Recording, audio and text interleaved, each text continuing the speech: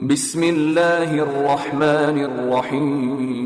Kemudian, kalau kita nak sebutkan tentang Madinah juga ada beberapa tempat yang saya nak kongsikan kepada tuan-tuan dan puan-puan sekalian. Okey, yang pertama sekali adalah Masjid Nabawi. Itu tempat ataupun tumpuan yang pertama kalau kita berada di Madinah Al-Munawwarah.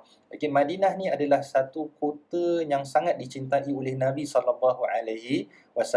Okey, yang di mana kota ini adalah yang di mana tempat-tempat tu orang-orangnya sangat-sangat tenang, okey, dan menghormati orang ramai.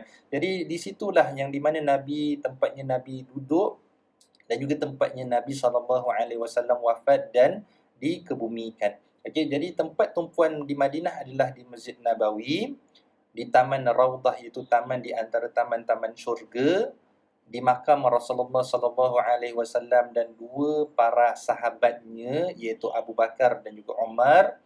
Kemudian di Al-Baqi Al-Gharqad ataupun tanah perkuburan orang-orang Islam di Madinah Al-Munawwarah. Kemudian tempat medan peperangan Uhud ataupun pertempuran Uhud itu berlaku. Kemudian Masjid Quba. Jadi ini hanyalah saya letakkan beberapa sahaja. Sebenarnya ada lagi. Okay, ada lagi tempat yang bersejarah di sana yang perlu kita ketahui lah. Okay, jadi ini yang tempat yang penting untuk kita ketahui sedikit sebanyak. Okay, pertama sekali Masjid Nabawi. Kenapa dinamakan sebagai Masjid Nabawi? Masjid Nabawi ini bermaksud Masjid Nabi.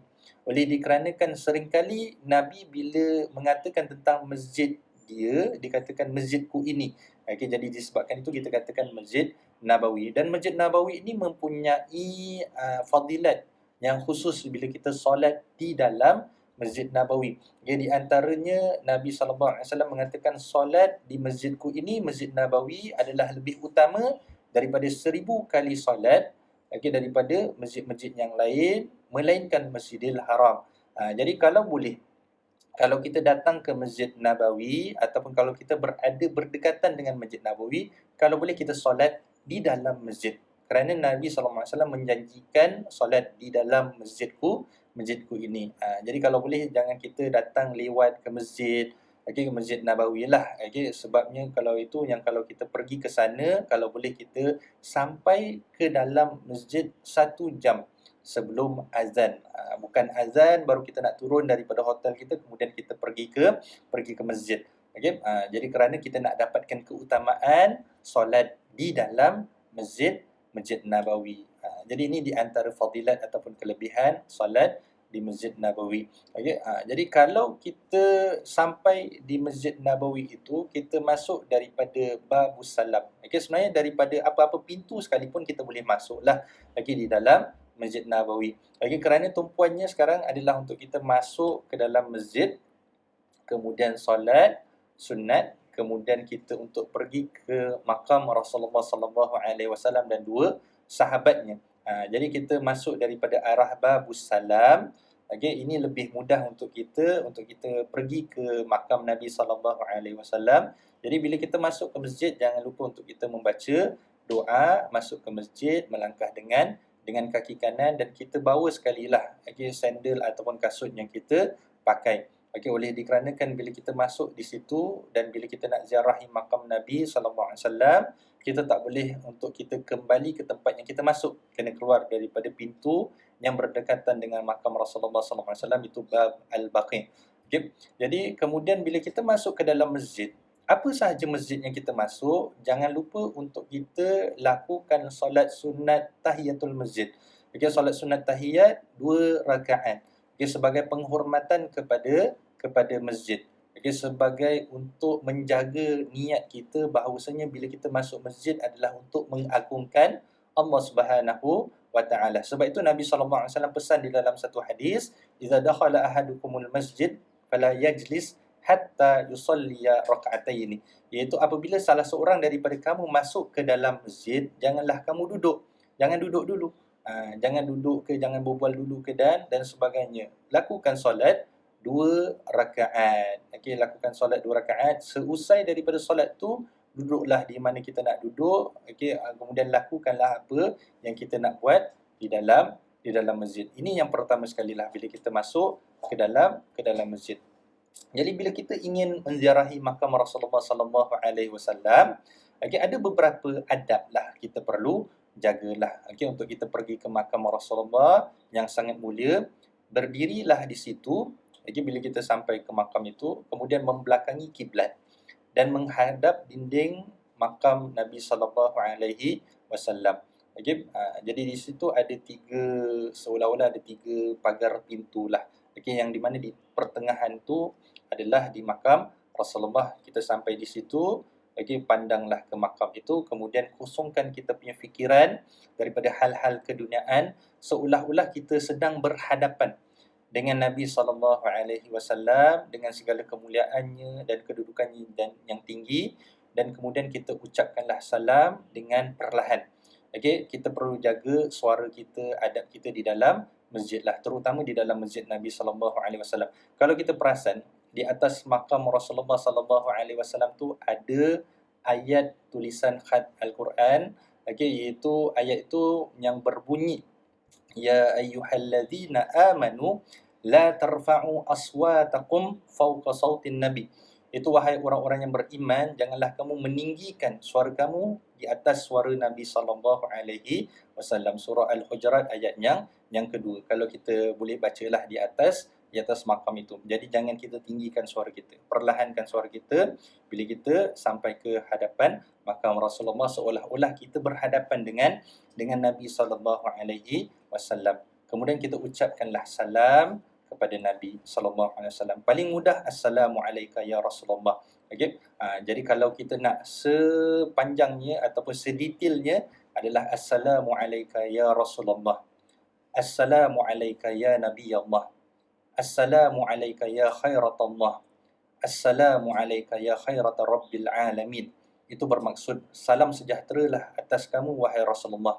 Salam sejahteralah atas kamu wahai Nabi Allah. Salam sejahteralah atas kamu wahai insan pilihan Allah. Salam sejahteralah atas kamu wahai insan pilihan Tuhan seluruh alam. Kemudian kita bacakan, jazaqallahu ya Rasulullah anna afdala ma jaza nabiyyan wa rasulan an ummati. Ashhadu an la ilaha illallah wahdahu la syarikalah wa ashhadu annaka abduhu wa rasuluhu min khalqih. Itu semoga Allah Subhanahu wa taala memberikan balasan yang baik kepada kamu bagi pihak kami wahai Rasulullah, sebaik-baik balasan yang Allah Subhanahu wa taala berikan kepada Nabi dan Rasul bagi pihak umatnya. Aku bersaksi bahawa tiada Tuhan yang disembah dengan sebenar-benarnya melainkan Allah yang tiada sekutu baginya, dan aku bersaksi bahawa engkau adalah hamba-Nya dan Rasul daripada kalangan makhluknya. Jadi inilah yang kita ucapkan di hadapan makam Rasulullah sallallahu alaihi wasallam. Kalau kita tak boleh baca yang ini pun tidak mengapa. Sebutkan assalamu alayka ya Rasulullah, ataupun dan juga selawat kepada Nabi sallallahu alaihi wasallam. Jazakallahu ya Rasulullah itu seolah-olah kita berterima kasih kepada Rasulullah kerana datang kepada kita sebagai umatnya. Kita sangat-sangat beruntung menjadi umat Nabi sallallahu alaihi wasallam. Kita sangat-sangat untung mempelajari daripada apa yang ditinggalkan khazanah ilmu daripada Nabi sallallahu alaihi wasallam, dan kita mengharapkan balasan yang diberikan kepada Nabi sallallahu alaihi wasallam itu adalah balasan yang sangat-sangat dimuliakan oleh Allah Subhanahu wa taala. Kemudian kita bacakan iaitu wa ashhadu annaka qad ballaghta ar-risalah wa addaital amanah wa nasahtal ummah wa jahadta fillahi haqqa jihadihi. Iaitu wa asyhadu annaka qad ballaghta risalah. Semoga Allah, iaitu kita katakan di sini wa asyhadu, iaitu aku bersaksi bahawasanya engkau telah menyampaikan risalah. Itu risalah itu adalah utusan, apa yang diutuskan kepada kamu. Wa adaital amanah, dan kamu sudah melakukan ataupun menyampaikan, melaksanakan segala amanah. Wa nasahtal ummah, dan kamu telah menasihatkan umat kamu. Wa jahadta fillahi haqqa jihadi, dan kamu telah berjihad bermati-matian menyampaikan agama Allah Subhanahu wa taala ini dengan sebenar-benar jihad. Okey, jadi ini adalah yang di mana kita ucapkan kalau kita boleh hafal ataupun kalau kita boleh bacakan. Kalau tidak pun sepaling kurang pun assalamu alayka ya Rasulullah, dengan kita berselawat kepada Nabi, Allahumma salli ala Muhammad. Okey, jadi ini adalah ucapan yang kita ucapkan di hadapan makam Rasulullah sallallahu alaihi wasallam. Kemudian kita bergeraklah sedikit ke kanan. Ke kanan itu adalah di perkuburan sahabatnya yang paling mulia, iaitu Abu Bakar As-Siddiq radhiyallahu anhu. Sahabat inilah sahabat yang kita namakan sahabat sehidup semati. Jadi inilah yang di mana dia ingin disemadikan bersebelahan dengan Nabi sallallahu alaihi wasallam. Dia adalah sahabat yang paling mulia. Dia adalah orang yang paling dimuliakan oleh Nabi sallallahu alaihi wasallam, dan dia adalah orang yang kedua yang paling mulia selepas Nabi sallallahu alaihi wasallam. Sehingga kan bila Rasulullah sebutkan tentang manaqib ataupun kelebihan Abu Bakar ini, Rasulullah katakan kalaulah hendak dikumpulkan kebaikan orang Islam seluruh dunia, nescaya tidak sama ataupun seimbang dengan kebaikan Abu Bakar As-Siddiq radhiyallahu anhu, kerana jasanya sangat banyak kepada Islam, menemani Rasulullah dan menyebarkan Islam. Okay? Jadi inilah yang kita ucapkan kepada Abu Bakar, Assalamu alayka ya Aba Bakr As-Siddiq radhiyallahu anhu. Kemudian kita beralih ke kanan sedikit dan kita mengucapkan Assalamu alayka ya Umar bin Al-Khattab radhiyallahu anhu. Selamat sejahtera ke atas kamu, wahai Umar ibn Al-Khattab radhiyallahu anhu. Ini pun adalah sahabat yang sangat dimuliakan, di antara orang-orang yang dijanjikan syurga oleh Allah Subhanahu wa taala. Jadi ini adalah makam Nabi sallallahu alaihi wasallam dan dua sahabatnya. Okey, dan juga kemudian kalau kita ingin menuju ke Raudhah.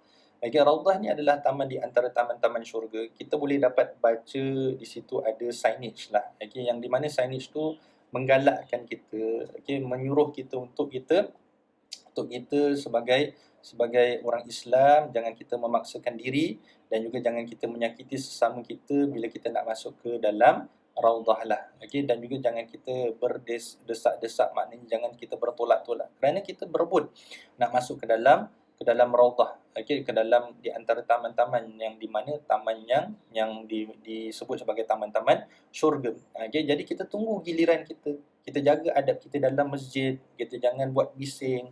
Okay, jangan tolak-tolak. Okay, jangan menyakiti orang Islam yang lain dengan perbuatan kita ataupun dengan kata-kata kita.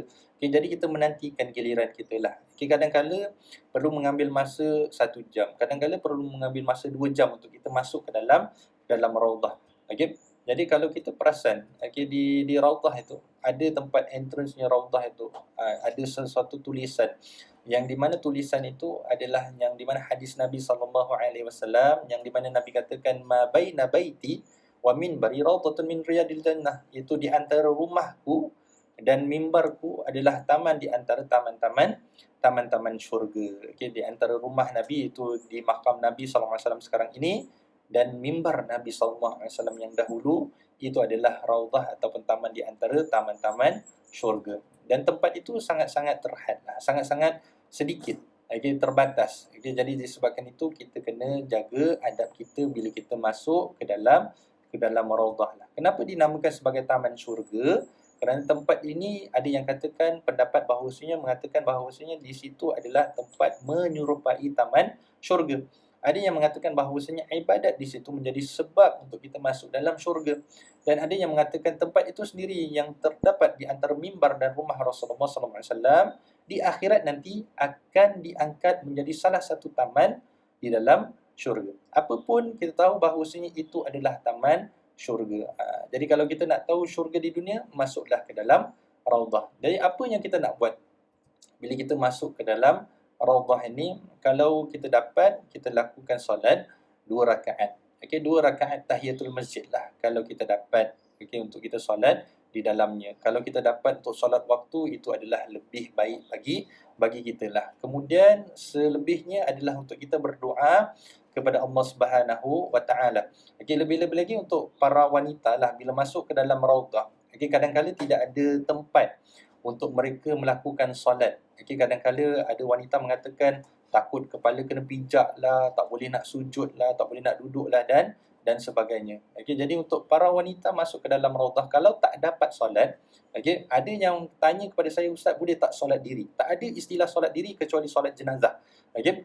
Jadi yang di mana kalau berdiri sahaja kamu, berdoalah kamu kepada Allah Subhanahu wa taala dengan sebanyak-banyak doa. Kalau tak boleh solat sekalipun, doa je lah kepada Allah Subhanahu wa taala. Itu amalan ibadat yang kita boleh buat di situlah. Kalau kita boleh solat, silakan solat. kalau boleh pun solat, kemudian kita baca doa dalam solat ketika kita sujud dan sebelum kita memberi salam. Itu selepas tahiyat akhir, sebelum kita memberi salam, baca doa banyak-banyak. Sebab kita takut lepas kita dah bagi salam, takut kita dihalau untuk kita berikan laluan orang lain untuk solat dalam raudhah. Kalau kita dapat peluang untuk doa, silakanlah. Okay? Jadi kalau tak boleh pun kita doa dalam solat kita. Jadi ini adalah taman di antara taman-taman syurga. Jadi untuk wanita ada tempat yang khas untuk dia masuk daripada pintu nombor berapa dan sebagainya, dan juga ada waktu-waktu khas untuk mereka masuk ke dalam raudhah lah. Okey, ini menurut apa yang disusun pada waktu yang dahululah. Okey, sekarang wallahu alam kita tidak mengetahuilah susunan yang barulah. Okey, apa-apa pun kalau dapat masuk dalam raudhah, kita banyak-banyaklah kita berterima kasih kepada Allah Subhanahu wa taala. Kalau tidak pun keadaan tidak akan memaksa kita. Banyak lagi yang kita boleh buat di dalam Masjid Nabawi untuk kita beribadat kepada Allah Subhanahu wa taala lah. Kalau ada masa, kalau keadaan tidak kita katakan tidak terlalu mendesak atau keadaan tidak terlalu kita katakan terlalu riuh dan sebagainya, masuklah ke dalam raudhah dengan tenanglah. Kalau boleh kita elakkan waktu-waktunya ramai orang masuk ke dalam raudhah lah, seperti waktu subuh lah bagi jemaah lelaki, ataupun dah nak dekat subuh, itu adalah waktu yang terbaik lah kerana ramai orang yang sudah tidur. Okey, kita masuk dalam raudhah dengan tenang. Okey, jadi itu adalah raudhah ataupun taman daripada taman-taman syurga. Dan di dalam raudhah itu, tempat itu pun ada banyak tiang dan tiang-tiang yang bersejarah lah. Ada tiang yang dinamakan sebagai tiang taubat, ada sejarahnya kenapa dinamakan sebagai tiang taubat. Ada juga tiang yang dinamakan sebagai tiang utusan, iaitu yang di mana ada sejarahnya kenapa, kerana Nabi menerima utusan-utusan daripada luar negara di situ, Nabi menemui mereka. Dan juga ada yang dinamakan sebagai tiang tempat tidur Nabi. Ada juga dinamakan sebagai tiang di mana Nabi solat tahajud, dinamakan sebagai tiang Aisyah. Okay? Jadi itu adalah di antara tempat-tempat yang bersejarah, okay, yang di dalam Masjid Nabawi itu tersendiri. Kerana fungsi masjid pada zaman Nabi SAW bukan sahaja untuk mendirikan solat, tetapi tempat pendidikan, tempat menyebarkan Islam, lagi tempat yang di mana Nabi menggunakan juga sebagai mahkamah untuk mengadili dan sebagainya lah. Itu di antara fungsi Masjid Nabi pada zaman Nabi SAW.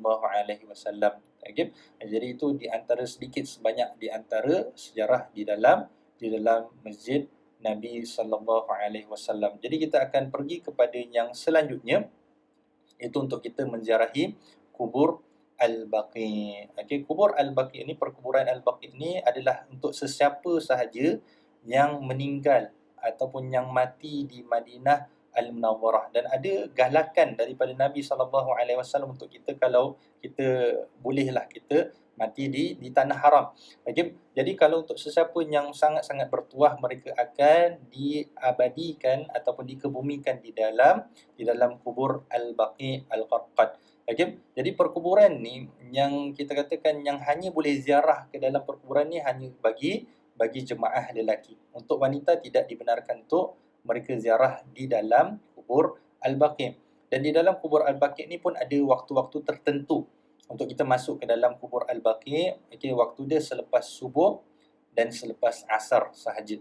Okay, tidak ada waktu yang selepas zuhur ke, selepas maghrib, selepas isyak ke, tidak dibenarkan.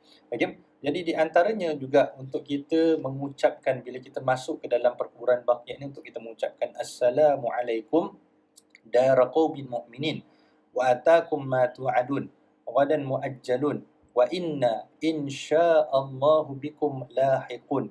Allahumma ighfir li ahli baqi'il gharqad. Ini adalah ucapan yang diucapkan oleh Nabi SAW untuk mereka yang berada di Baqi'. Itu Assalamualaikum dara qaumin mu'minin. Selamat sejahteralah ke atas kamu wahai para penghuni kediaman kaum yang beriman. Wa atakum ma tu'adun. Telah datang kepada kamu apa yang dijanjikan untuk kamu. Wa inna insya'allahu bikum lahiqun. Kurniakanlah, iaitu kami insya-Allah akan menyusul, akan mengikuti kamu. Ya Allah, kurniakanlah keampunan untuk para penghuni perkuburan Baqi ini.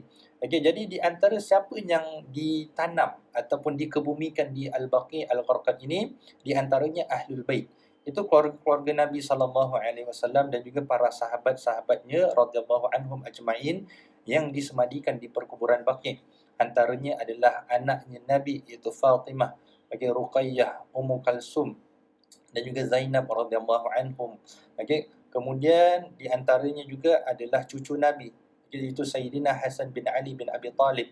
Kemudian adalah isteri-isteri Nabi sallallahu alaihi wasallam seperti Aisyah, okey, Saudah, Hafsah, Zainab binti Khuzaimah, Ummu Salamah, Juwairiyah, Ummu Habibah dan sebagainya. Kemudian di antara sahabat-sahabat Nabi yang mulia seperti Uthman bin Affan radhiyallahu anhu, Abu Sa'id Al-Khudri, Sa'ad bin Al-Mu'az, Abdullah bin Mas'ud dan lain-lainnya lah. Okay. Kemudian tentang lokasi-lokasinya yang di mana, wallahu a'lam. Okay, tidak diketahui tentang lokasi yang sebenarnya. Ada yang desas-desus yang mengatakan ini kubur Aisyah dan sebagainya. Itu tidak sangat pentinglah untuk kita mengetahui lokasi sebenar kubur-kubur mereka di mana. Okay, yang kita tahu di situlah, okay, yang ditanam sahabat-sahabat yang pernah bertemu dengan Nabi sallallahu alaihi wasallam. Di antaranya juga adalah isteri-isteri Nabi, anak-anak Nabi dan juga cucu Nabi sallallahu alaihi wasallam. Okey, jadi kalau kita ada masa untuk kita masuk ke dalam kubur Al-Baqi' ini, okey, dan juga bila kita masuk ke tanah perkuburan, okey, niatnya adalah untuk ingat kematian. Itu je. Niat dia untuk ingat kematian. Kalau kita masuk ke tanah perkuburan lah. Kita tak ada niat yang lain lah. Okay. Tanah perkuburan kita kat Pusaraman ke Pusarabadi pun sama. Niatnya adalah untuk mengingati kematian kita tersendirilah. Jadi begitu juga bila kita masuk ke perkuburan Al-Baqi'. Okay. Wallahu a'lam. Jadi sekarang pula tentang Masjid Quba. Masjid Quba ini adalah masjid yang pertama yang dibina di dalam sejarah Islam. Okay, jadi di antara sejarahnya adalah dalam peristiwa hijrah Rasulullah SAW ke Madinah, dicatatkan bahawa Rasulullah SAW telah tiba di tempat yang dinamakan Quba pada 8 Rabiul Awal tahun ke-14 pengutusan Rasulullah, itu tahun pertama hijrah, bersamaan dengan 23 September 622 Masihi. Di situlah baginda sallallahu alaihi wasallam tinggal selama 4 hari, iaitu Isnin, Selasa, Rabu dan Khamis. Pada hari kelima iaitu hari Jumaat, dengan perintah Allah Subhanahu wa taala, baginda berangkat dengan diikuti oleh Abu Bakar untuk menemui Bani An-Najjar. Jadi mereka adalah bapa saudara Rasulullah daripada sebelah ibunya. Selepas solat Jumaat, baginda sallallahu alaihi wasallam barulah bergerak memasuki kota Madinah. Jadi bila Nabi sampai sahaja di Madinah, tempat yang pertama Nabi berada adalah di Quba. Okey, dan bila Nabi berada di situ, Nabi mendirikan masjid yang dinamakan sebagai Masjid Quba. Dan Masjid Quba ini mempunyai beberapa fadilat lah. Di antaranya fadilat yang disebutkan di dalam satu hadis Nabi SAW, man tatahhara fi baitihi, sesiapa sahaja yang bersuci di rumahnya, maknanya berwuduk daripada rumahnya, summa ata Masjid Quba, kemudian datang ke Masjid Quba, fa shalla fihi, dan melakukan solat, kana lahu ka ajri umrah, maka pahalanya seperti pahala umrah. Jadi bila kita solat sahaja di Masjid Quba, kita akan dapat pahala umrah. Tak kiralah apa jua solat. Jadi selalunya bila kita berada di Madinah, tempat yang pertama kita akan ziarah pada pagi hari adalah Masjid Quba. Kalau kita sampai Madinah malam, biasalah kita akan ziarah Masjid Nabawi terlebih dahulu. Kemudian kalau keesokan harinya, paginya kita akan ziarah Masjid Quba. Dan bila kita nak pergi ke Masjid Quba tu, pastikan kita dalam keadaan berwuduk lah. Kalau kita tidak ada dalam keadaan berwuduk pun tidak mengapa, ambillah wuduk di Masjid Quba, kemudian lakukanlah solat, sekurang-kurangnya solat sunat tahiyatul masjid dan juga solat duha lah pada pagi hari, dan insya-Allah kita akan diberikan ganjaran seperti ganjaran orang yang melakukan umrah. Dan disebutkan juga bahawasanya Nabi SAW selalu pergi ke Quba ni, Nabi berjalan kaki pada Sabtu hari.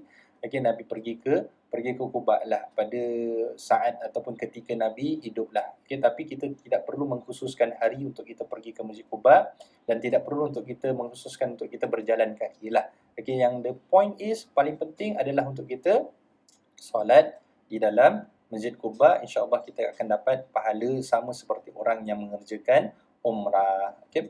Jadi kemudian yang mungkin terakhir untuk kita pada part ziarah Madinah ini adalah untuk saya kongsikan tentang Jabal Uhud. Jabal ni bererti gunung ataupun bukit. Okey, Uhud. Jadi gunung ataupun bukit Uhud ni adalah satu bukit yang tertinggi di Madinah Al-Munawwarah, dan bila kita sampai di Madinah, kita akan tengok bukit ni, kita tahu ini adalah Jabal Uhud. Jadi kerana bukitnya adalah warnanya merahan. Okey, berbanding dengan bukit-bukit yang lain. Dan Jabal Uhud ni ataupun Bukit Uhud ni ada disebutkan juga di dalam hadis Nabi sallallahu alaihi wasallam, itu daripada Humaid radhiyallahu anhu, Abu Humaid radhiyallahu anhu, kami pulang bersama Rasulullah daripada peperangan Tabuk. Bagi peperangan Tabuk itu kami pulang sehingga kan kami sudah tiba di Madinah. Maka telah bersabdanya Nabi sallallahu alaihi wasallam, hadhihi Tabah wa hadha Uhud, jabalun yuhibbuna wa nuhibbuhu. Ini adalah kota yang baik dan ini adalah Uhud. Okey, bukit ini Nabi katakan ini adalah bukit Uhud, jabalun yuhibbuna, itu bukit yang mencintai kami, wa nuhibbuhu, dan kami juga mencintainya. Okey, dia di antara bukit yang dicintai oleh Nabi sallallahu alaihi wasallam. Begitu juga di dalam satu hadis disebutkan daripada Anas bin Malik radhiyallahu anhu, dia berkata, Nabi sallallahu alaihi wasallam, Abu Bakar radhiyallahu anhu, Umar radhiyallahu anhu dan juga Uthman radhiyallahu anhu menaiki Bukit Uhud. Okey, mendaki Bukit Uhud. Lalu Nabi sallallahu alaihi wasallam bersabda, "Uthbut Uhud. Okey, fa inna ma 'alaika nabiyyun wa siddiqun wa syahidan." Tetaplah, jangan bergerak wahai Uhud. Okey, oleh kerana diceritakan ketika itu bila Nabi dan juga 3 sahabatnya mendaki Gunung Uhud. Gunung Uhud tu bergegar. Okey, bergerak. Okey, kemudian bila bergegar Gunung Uhud tu, Nabi mengatakan, "Usbud, tenanglah. Okey, wahai Uhud, kerana di atas kamu terdapat seorang nabi, seorang as-siddiq dan 2 syahidan." Okey, 2 orang yang syahid. Okey, kalau kita fikirkan sewaktu itu Umar dan juga Uthman masih hidup. Kenapa Nabi mengatakan syahidan, 2 orang yang mati syahid? Jadi ini adalah apa yang akan berlaku pada masa akan datang. Okey, iaitu Sayyidina Umar dan juga Sayyidina Uthman dibunuh, dan bila mereka dibunuh itu mereka akan mati syahid, dan ini adalah satu seperti kita katakan profesi lah daripada Nabi sallallahu alaihi wasallam tentang keadaan yang akan mereka berdepan, iaitu Umar dan juga Uthman radhiyallahu anhuma. Okey, jadi ini adalah di antara cerita-cerita di sebalik Uhud lah. Okey, begitu juga di Uhud ni sebenarnya di tempat pertempuran peperangan Uhud. Okey, yang berlaku pada bulan Syawal pada tahun kedua ataupun pada tahun ketiga Hijrah.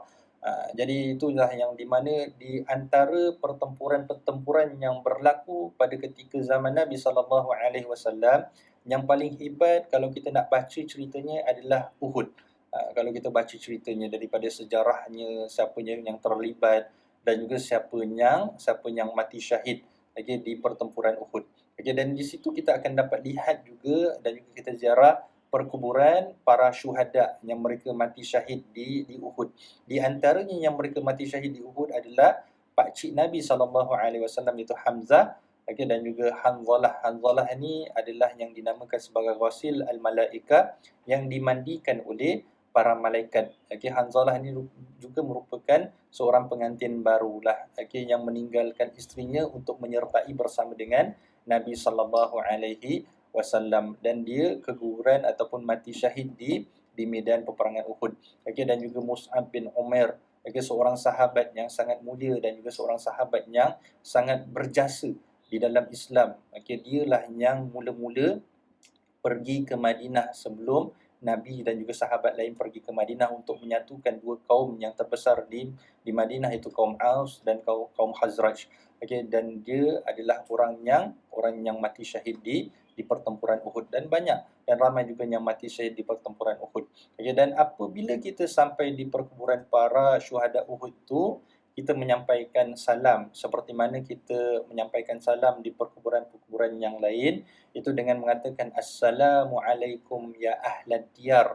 Ini di antara adab-adab bila kita masuk ke dalam perkuburan. Assalamualaikum ya ahlad diyar minal mu'minina wal mu'minat wa inna insya'allahu bikum lalahiqun. nas'alullahu lana wa lakumul afiyah. Itu salam sejahtera ke atas kamu wahai para penghuni kubur daripada kaum mukminin dan juga kaum mukminat, dan juga kami insya-Allah akan menyusul kamu semua. Kami berdoa kepada Allah untuk memberikan keafiatan, keselamatan dan juga kesejahteraan. Okey, jadi ini yang kita ucapkan bila kita sampai di perkuburan dua perkuburan orang Islam. Okey, kemudian di Jabal Uhud juga ataupun di tempat Gunung Uhud tu juga kita akan dapat melihat Jabal Ar-Rummah. Okey, Jabal Ar-Rummah ni adalah yang dinamakan sebagai Bukit Pemanah, di mana Nabi SAW mengarahkan 50 askar pemanah untuk menaiki bukit ini dan untuk memanahi musuh-musuh Islam. Okey, dan bila mereka ni diberikan satu perintah oleh Nabi, Nabi katakan, janganlah kamu semua turun sehinggalah aku perintahkan kamu turun. Janganlah kamu turun kalaupun kamu melihat askar-askar Islam menang ataupun kalah. Jadi sampai Nabi perintahkan dia turun, maka mereka akan turun. Jadi pada pertempuran Uhud ni, okay, mereka ni mengingkari perintah Nabi SAW, yang di mana mengingkari perintah Nabi ini mengakibatkan sangat-sangat hampirnya hilangnya Nabi SAW punya nyawa, dan juga akan mengakibatkan boleh berlakunya, iaitu yang di mana askar-askar Islam akan tertiwas. Okay? Jadi inilah yang di mana sangat penting untuk kita mendengar perintah daripada ketua, okay? Terlebih lagi mendengar perintah daripada Nabi sallallahu alaihi wasallam. Okay? Tetapi tidak ada apa-apa fadilat untuk kita menaiki Jabal Uhud ataupun mendaki Jabal Rummah ataupun Bukit Pemanah. Okay? Jadi kalau kita baca tentang sejarahnya, bagaimana Nabi meletakkan 50 askar pemanah, okay, bagaimana mereka ini mengingkari perintah Nabi, okay, kemudian yang di mana daripada belakang menyerangnya iaitu Khalid ibn Walid dengan askar-askar yang kudanya, okay, sehingga kan mereka askar-askar Islam ni dikepung oleh askar musyrikin daripada depan dan juga daripada belakang, dan kemudian Nabi SAW dan askar-askarnya yang lain berada di sebelah kanan atau di sebelah kiri ketika itu, masuk ke dalam peperangan ketika itu. Kalau Nabi nak larikan diri boleh saja, tidak menjadi masalah, tapi Nabi masuk ke dalam peperangan itu. Itu yang mana kalau boleh kita baca sedikit sebanyak tentang peperangan Uhud lah, dan juga peperangan yang lain, seperti Khandaq, peperangan Badar dan sebagainya lah. Jadi ini sedikit sebanyak tentang sejarah di Madinah lah. Sebenarnya ada banyak lagi lah, seperti Masjid Qiblatain, Masjid Dua Kiblat, yang berlakunya penukaran kiblat di situ dan sebagainya lah. Ada lagi tempat-tempat yang bersejarah, Telaga Osman, yang boleh kita ziarah, dan sebagainya.